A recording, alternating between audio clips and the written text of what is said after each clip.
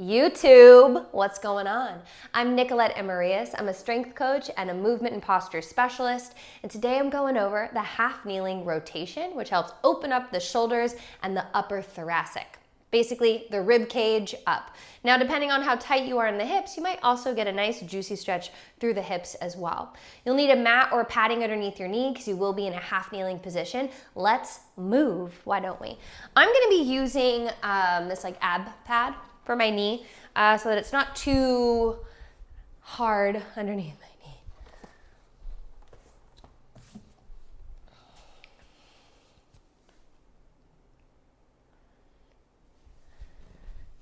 YouTube, what's going on? I'm Nicolette Amarillas. I'm a strength coach and a movement and posture specialist, and today I'm going over a half kneeling rotation. This exercise or stretch, mobilization, whatever y'all want to call it, is great for opening up the shoulders and creating more mobility through the upper thoracic. So basically like the rib cage up. Now, if you have tightness in your hips, you might also feel a nice juicy stretch down there as well. Just need your mat, maybe a little pad for underneath your knee. Let's get into it. I'm gonna use this ab pad so that I have more softness underneath my knee. So I'm gonna bring one knee and bring it underneath my hip and then bring my other leg forward, creating a 90-degree angle with this front knee. And the knee is over the ankle. My toes are tucked in the back because I just like to have a little more stability.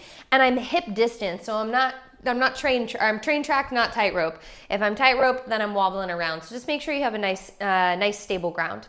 From here, let's address the lower body because it highly influences the upper body and how it moves and how it mobilizes. So to start, we'll tuck in the hips. And what I mean by that is tucking in to bring the front hip bones up toward the last rib or this bottom rib like they're trying to touch.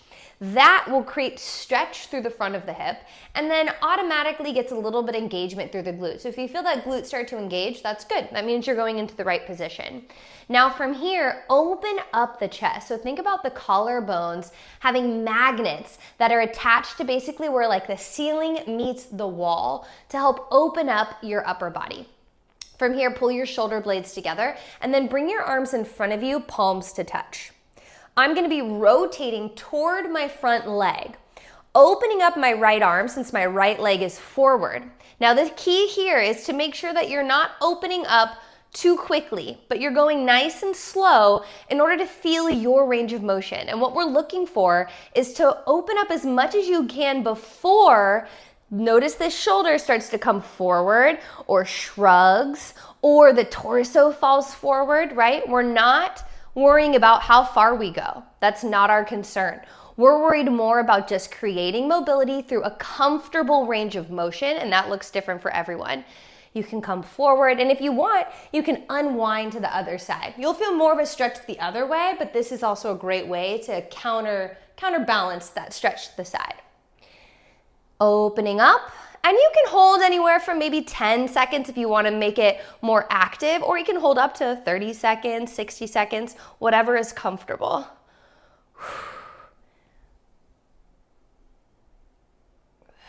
We'll go one more time. Again, shoulder down, and notice what's happening in the legs. I'm stretching toward my right side, and my right knee wants to fall in. Make sure to keep that right knee out. Keep the hip tucked in like we discussed in the beginning, and notice how that helps encourage a straighter spine so that you can rotate farther. Ooh, I felt that one. And then you'll obviously switch sides. So you'll bring your other knee to the floor and your other leg forward. I'll show you from that side because why not? Real quick, here we are, other side, hips are tucked in just so you can see it from another angle. Arms come this way, shoulders back, chest open, and then open up. Now I'm already noticing I am way more mobile on this side. It's easy for me to get my left hand under my back, like over my back foot. So my range of motion is definitely a lot bigger. And I feel more tightness, again, coming back into that side that's kind of meant to be a little bit easier. Wow, big difference for me. And relax. Like I said, you can make it more dynamic and kind of move back and forth every few seconds, or you can make it a little more static and hold each position. Just make sure you're keeping the integrity of the upper body and you're not forcing the range of motion. Make sure to only move in a range of motion that's comfortable, and remember, that changes every single day. I'm Nicolette Amarillas. I'm Nicolette Amarillas, and I'll see you soon.